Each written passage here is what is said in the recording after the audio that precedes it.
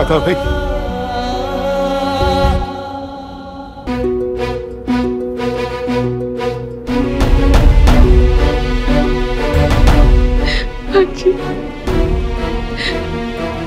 उठ रहा।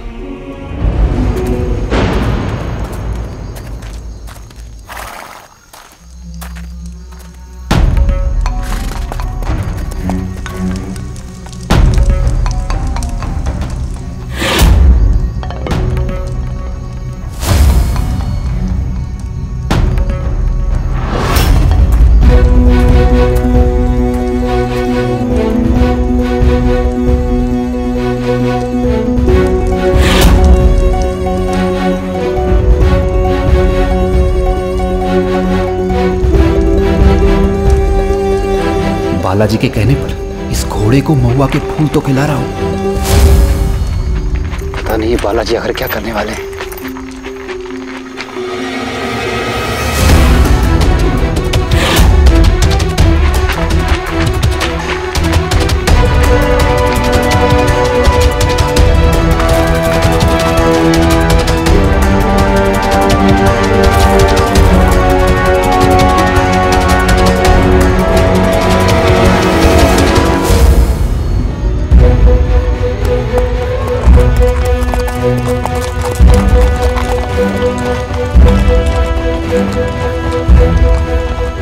बालाजी, ऐसे विचित्र विचार आपको आते कहां से? बाजी से। हैं? तलवार सीखना चाहे तो कटार से भी बहुत कुछ सीख सकती है। इसे हम सीखते हैं बाजी से। शरारत वो करता है, सबक हम सीख लेते हैं।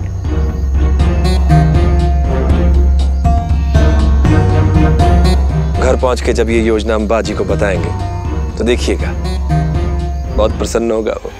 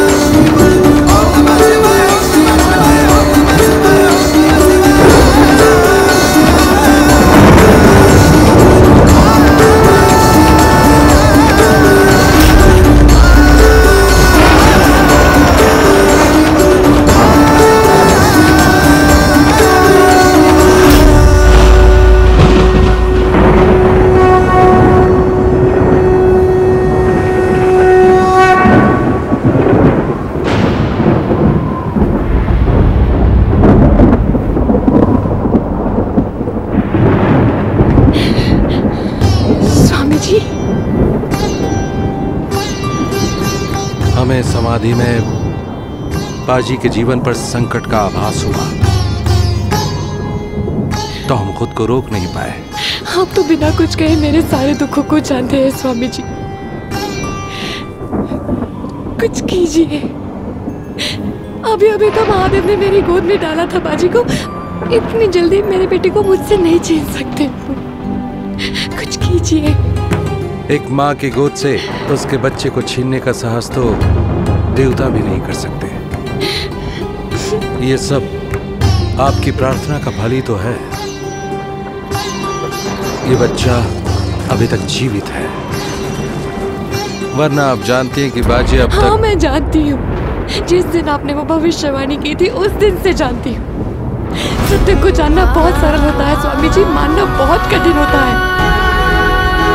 एक माँ ये कैसे मान ले कि उसकी गोद उजड़ने वाली है, बताइए। बाजी के बाबा जाते हुए मुझसे कह के गए थे कि उनकी अनुपस्थिति में इन बच्चों की माँ भी हूँ और पिता भी। मेरे पति को दिया हुआ वचन और मेरा पुत्र दोनों हारी हूँ मैं स्वामी जी। एक माँ का और पत्नी का धर्म भी नहीं निभा पाई। किस मुंह से बाकी के दो बच्चों से ये कहूंगी कि भगवान में आस्था रखो? किस मुंह से उन्हें बताऊंगी कि भगवान अपने भक्तों के साथ कभी अनर्थ नहीं होने देता?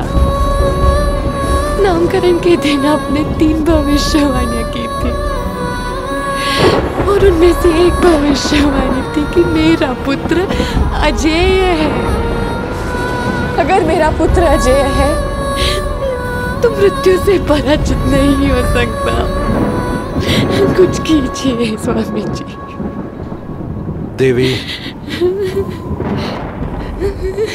कुछ कीजिए।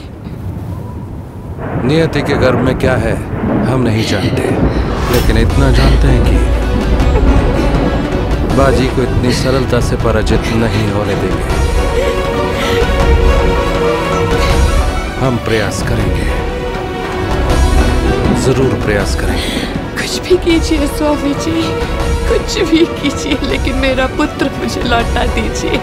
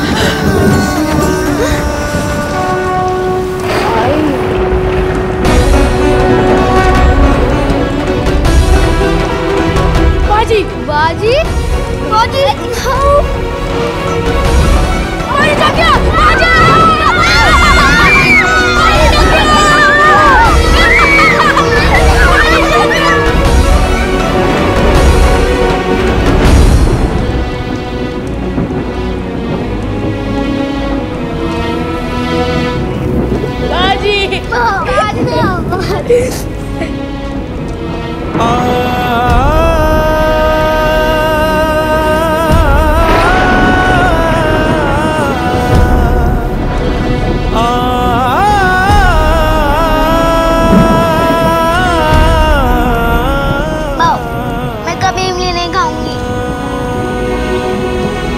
महादेव, अब शुक्र है बलवाई जितने अच्छे हो। नहीं नहीं, बहुत अधिक अच्छे हो, बहुत अच्छे हो। आपने तो श्रीमंत चिमनाजी साहब को भी डरा दिया। डरो मत, मैं तुम लोगों का साथ इतनी जल्दी नहीं छोड़ूंगा।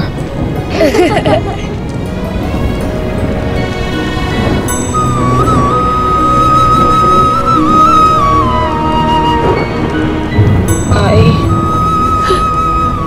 भूख लगी है।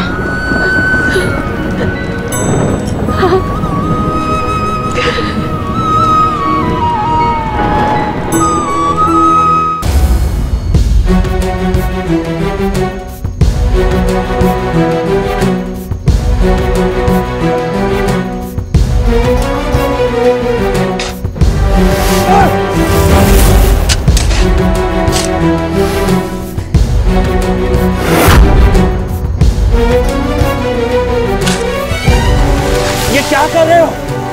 बहरे हो क्या? मैं तुमसे कह रहा हूं, मुझे जाने दो वरना तुम्हारे साथ अच्छा नहीं होगा।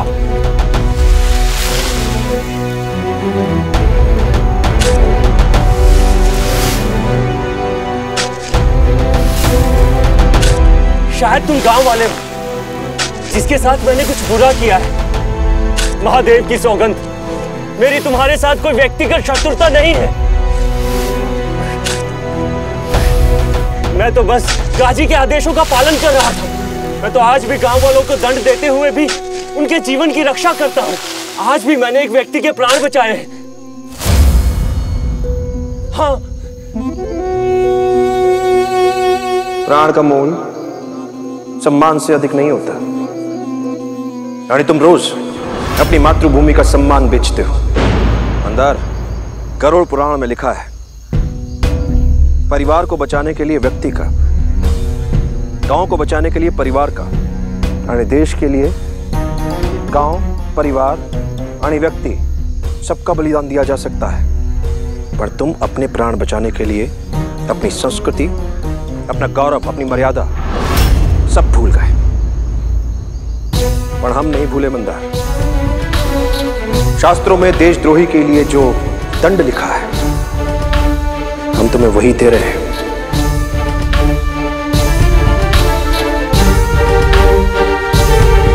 तुम्हें गर्दन तक मिट्टी में गाड़ दिया जाएगा, फिर धीरे धीरे इस भूमि के कीड़े तुम्हारा मांस खाएंगे। तुम ये सब अनुभव करोगे, उसे रोकने के लिए कुछ कर नहीं सकोगे। तूने मिट्टी को रौंदा है मंदार, तो मिट्टी तुझे रौंदेगी। मुझे क्षमा कर दीजिए, मुझे जीवन दान दे दीजिए, फिर आप जो कहेंगे मैं वही करूंगा। हाँ, मेरे प्राण बख्श दीजिए।